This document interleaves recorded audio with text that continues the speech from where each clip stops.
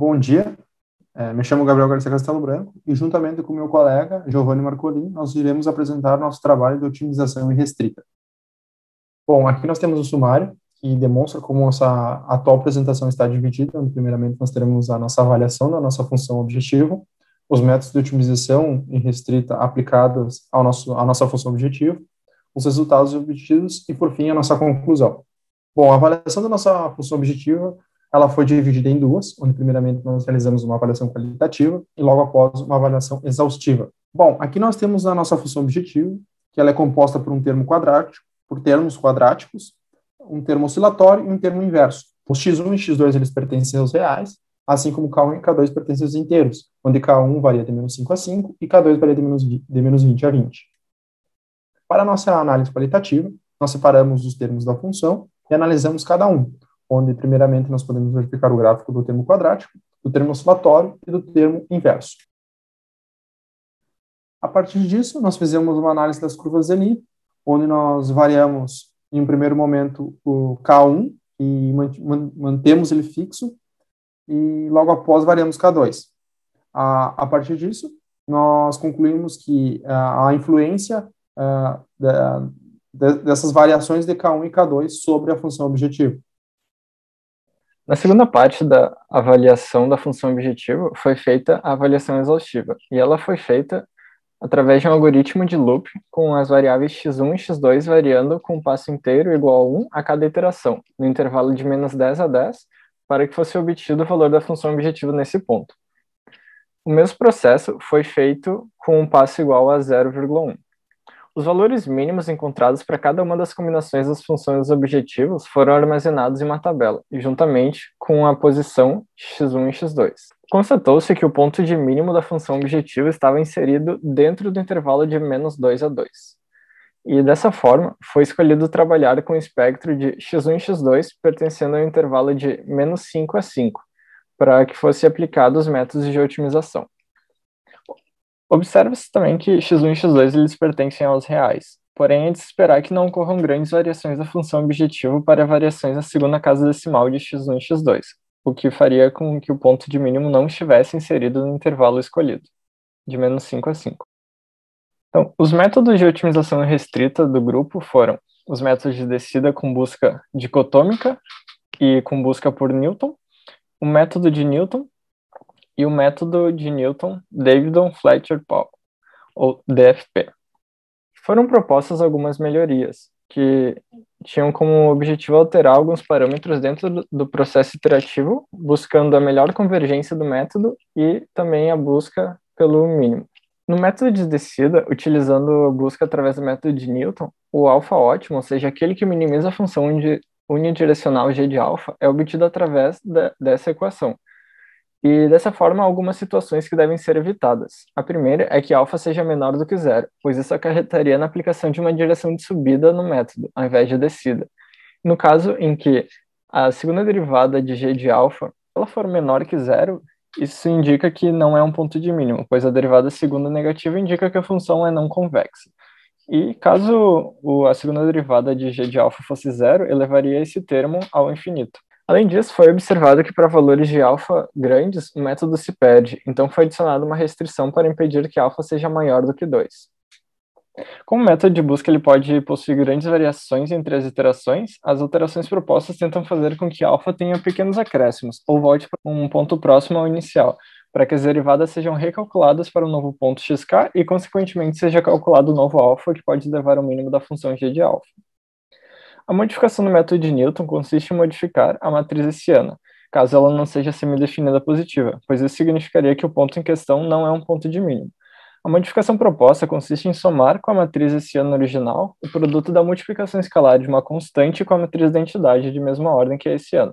Isso baseia-se no algoritmo de Goldfield. O valor dessa constante seria um valor ligeiramente maior do que o menor autovalor da matriz hessiana, o que tornaria a hessiana semidefinida positiva, e dessa forma faria com que o método seguisse uma direção de descida. O pequeno acréscimo é aumentado até que o novo valor de xk, obtido pela inversa da hessiana modificada, leve a um ponto em que a função objetivo nesse ponto seja menor do que a função objetivo no xk original. E quando isso ocorre, ou quando é observado que não há condições disso ocorrer, o método segue seu algoritmo original.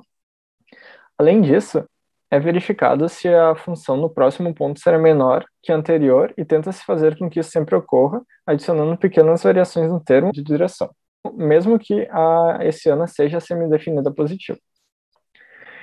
Então, foram obtidos alguns resultados, foram baseados nos testes em relação à trajetória, a convergência para diferentes inicializações, o esforço computacional e a influência da tolerância. Para analisar o estudo do comportamento de cada método, foi definido um ponto considerado ótimo, utilizando as avaliações qualitativa e exaustiva feitas anteriormente. Sendo assim, o ponto dirigido definido foi este, 0 e menos 2, com K1 igual a 5 e K2 igual a menos 2, e foram gerados diversos pontos aleatórios, para que a função fosse avaliada também e os métodos fossem avaliados. E dentre esses pontos, escolheu-se esse ponto como aleatório, sendo x1 igual a 1,2006 e x2 igual a 1,9539, sendo k1 igual a 2 e k2 igual a menos 6. Observe-se que na primeira imagem, a curva do método de Newton modificado está sobreposta à curva do método de Newton original, e as curvas do método de busca dicotômica e por busca por Newton original ficaram sobrepostas à curva do método de busca por Newton modificado. Tal situação ocorreu porque as trajetórias e pontos após cada iteração foram praticamente os mesmos para os diferentes métodos. Da mesma forma, na figura ao lado, a curva do método de Newton modificado está sobreposta à curva do método de Newton original, e a curva do método de busca dicotômica ficou sobreposta à curva do método de busca por Newton modificado.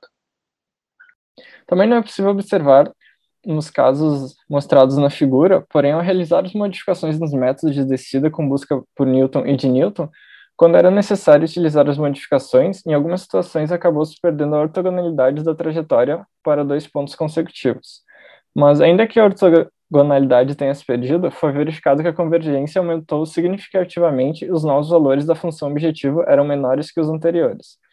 Também observa-se que todos os métodos convergiram para um ponto de mínimo local, nas proximidades em que se encontrava o ponto de inicialização, e que isso cumpre o objetivo de otimização proposto por todos os métodos. Em relação à convergência para diferentes inicializações, foi realizado um roteiro que gera números aleatórios no intervalo de menos 5 a 5 e para x1 e x2, e números inteiros aleatórios para K1 e K2, de acordo com seus respectivos limites. Esse processo foi repetido 1000 vezes e, após, foi obtida a taxa de convergência dos algoritmos. Os valores da simulação são mostrados, então, na tabela, e é possível concluir que as modificações feitas nos métodos de busca Newton e Newton ajudaram de forma relevante na convergência.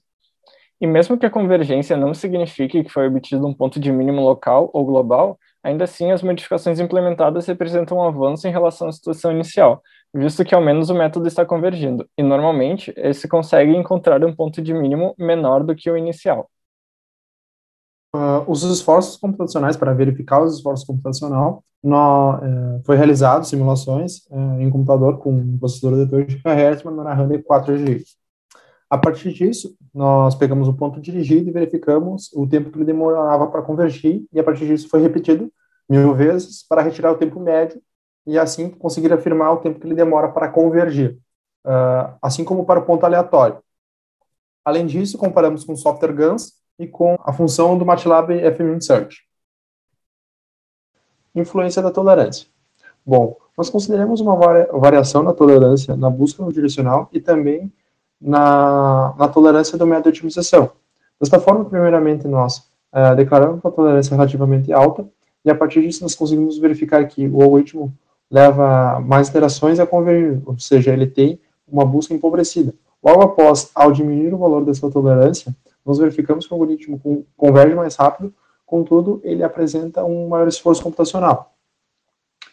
Já para uma variação na tolerância do método de otimização, ou seja, essa com um valor respectivamente alto, ou seja, 1/10 na menos 1, nós verificamos que os algoritmos eles convergem mais rápido, pois eles chegam a esse valor mais rapidamente. Contudo, ao verificar, reduzir drasticamente esse valor para 10 na menos 7, como por exemplo, verificamos que ele já leva mais iterações para convergir, ou seja, aumentando o tempo computacional. Por fim, com o presente trabalho, nós conseguimos concluir que Dependendo do ponto de inicialização, o algoritmo pode convergir rapidamente, ou muitas vezes nem convergir, ou convergindo lentamente. Também que é importante nós conhecermos a nossa tolerância, verificar corretamente qual tolerância ser adotada para que nós conseguimos ter uma boa pesquisa e uma boa busca. Por fim, as mudanças nos algoritmos conseguiram comprovar uma certa eficiência, auxiliando assim no processo de convergência de ambos os algoritmos. Terminamos então a nossa apresentação. Obrigado pela atenção e agora estamos disponíveis para eventuais dúvidas.